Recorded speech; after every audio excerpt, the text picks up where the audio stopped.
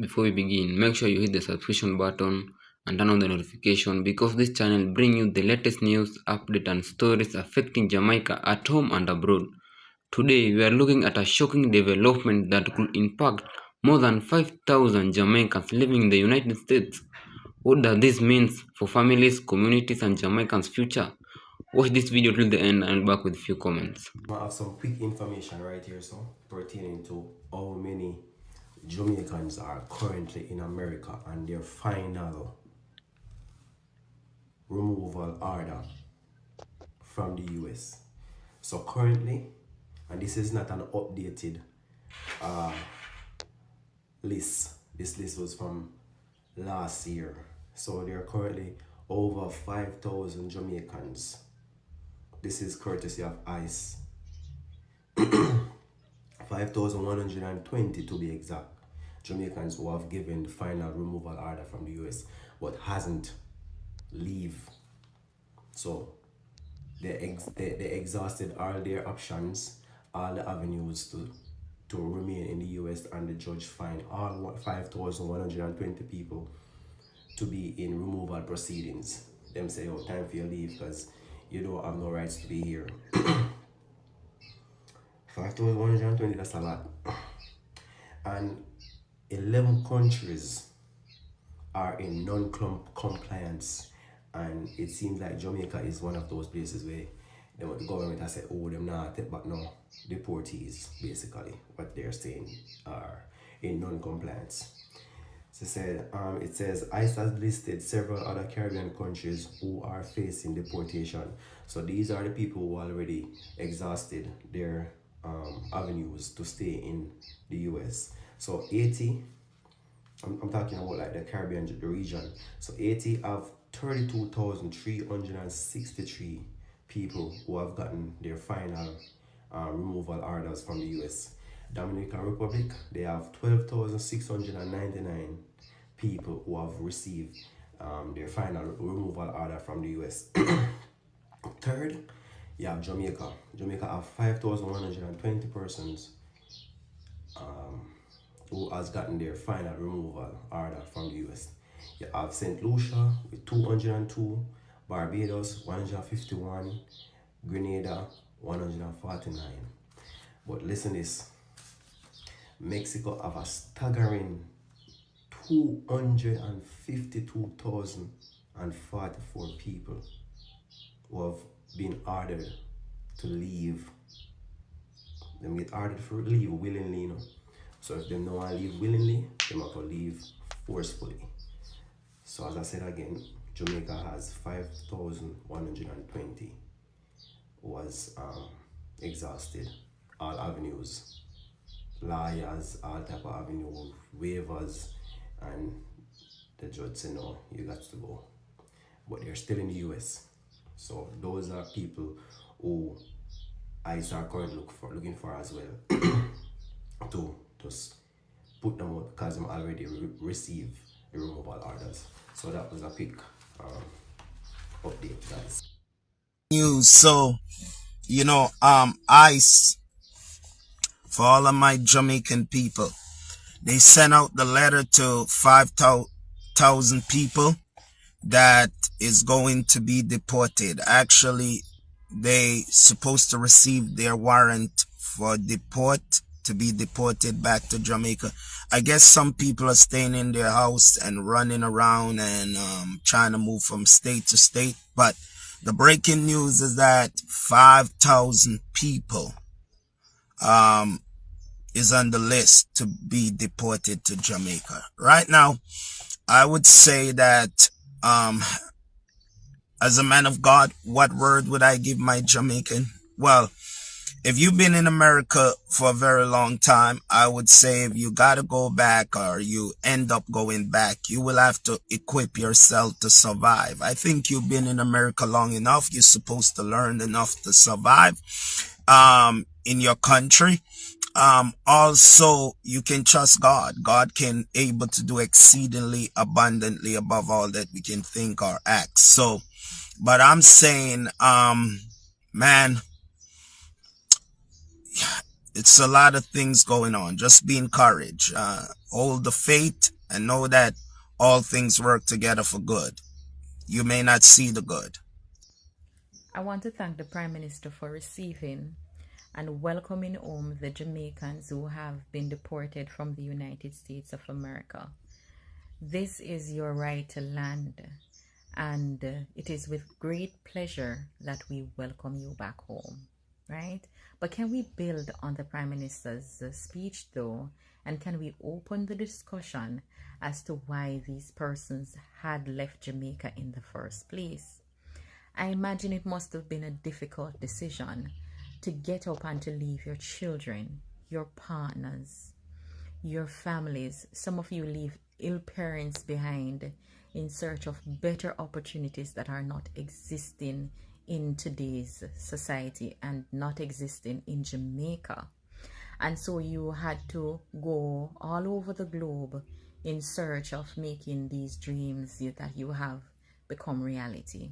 And that opens the discussion as to the gaps that exist in Jamaica that we need to bridge as a people to make Jamaica the place that our Jamaicans can live, raise their families, do business, and enjoy.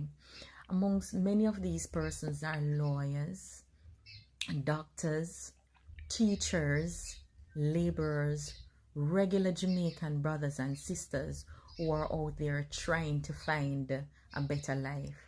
And so it's important for us, and for us to challenge our government, because we're paying a very hefty price for governance. So we have to challenge our government to see all the things that they need to do to ensure that we, the regular Jamaicans, get to enjoy and to live in Jamaica, right?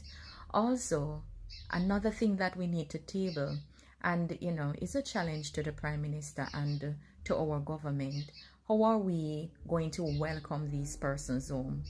And what measures are we going to put in place to ensure that these persons are reintegrated into society? I mean, some of them are coming out with little to nothing, and they need the support of their government and their people in order to reintegrate into this society.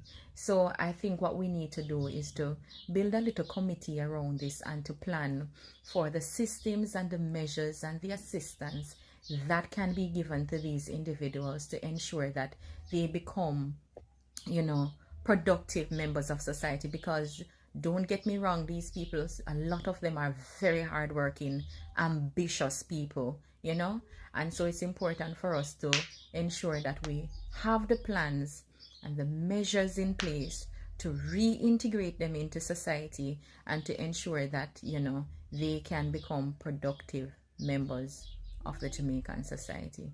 Welcome home, and we challenge you, our government.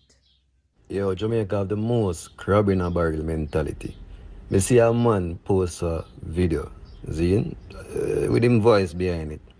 And man say, yo, 2,000 Jamaicans, undocumented Jamaicans, are calling the Jamaican embassy, begging help to return home because Donald Trump have them in cages, not giving them any water, and not feeding them and returning them back to the country. And this man is celebrating, he's rejoicing, he's happy. And most of the time, these people say I celebrate them thing, are the one them will never travel. How are you happy and celebrating a man's downfall? Better yet, your country, brother. I tried and go try the waters and I work out in a farm. I'm more than sure if you had gotten the chance, you would have taken it. Because who no want make more money, who no want better for themselves and them family. And we know in a Jamaica it's very hard. If you make it in Jamaica, thumbs up to you. And most of the time for you to make it, you have to rob somebody, whether white collar or you hold them up and take it. But the celebration, bro, like, you're glad, you're happy. So this I read some people. Like, oh, is that happy for you? Oh, is that nice for you? Yeah, God no. But me I gotta say this, brother. Be careful where you laugh at. Because I've seen people turn into the exact same thing that they laughed at. You hear that? Big up, though. ICE continues its crackdown on illegal migrants, the impact has already begun hurting some businesses. Some persons have not been showing up for work and have been keeping their children from attending school in fear of deportation. But we met one Jamaican who says he remains unfazed. Romarda Lyons has his story. Dreams continue to melt away for many undocumented persons living in the United States. This, as the U.S. Immigration and Customs Enforcement, ICE, continues to crack down on illegal immigration in the U.S. with over 969 single-day arrests on Tuesday. Many Jamaicans who travel to the country illegally in search of better are now in a cloud of uncertainty. But this man is putting on a brave face, hoping for the best. In October 2024, he shared his journey crossing the border. Today, the lingering question is, will he be among those sent back to their homeland in chains of embarrassment? You know, it's a good while now. I pack up and left Jamaica. I left everything behind. I come a foreign to get a better life, a better myself. So I can't get deported and go back to Jamaica now. I just start out in a foreign and I try to get myself situated and started out. I know me, I say potentially I have to go back. I can't go back. That never work for me. When asked if he's worried or anxious, he shut it down immediately. I tell myself, say, yo, I have a dream, I have a plan.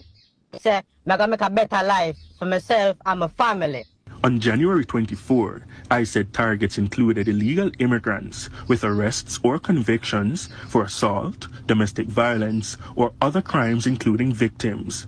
The man who says he isn't involved in any wrongdoing is hoping that that will keep him safe in the land of the free. And ever since I come here, I'm not involved in no drugs or no gang or even a bad activity like that.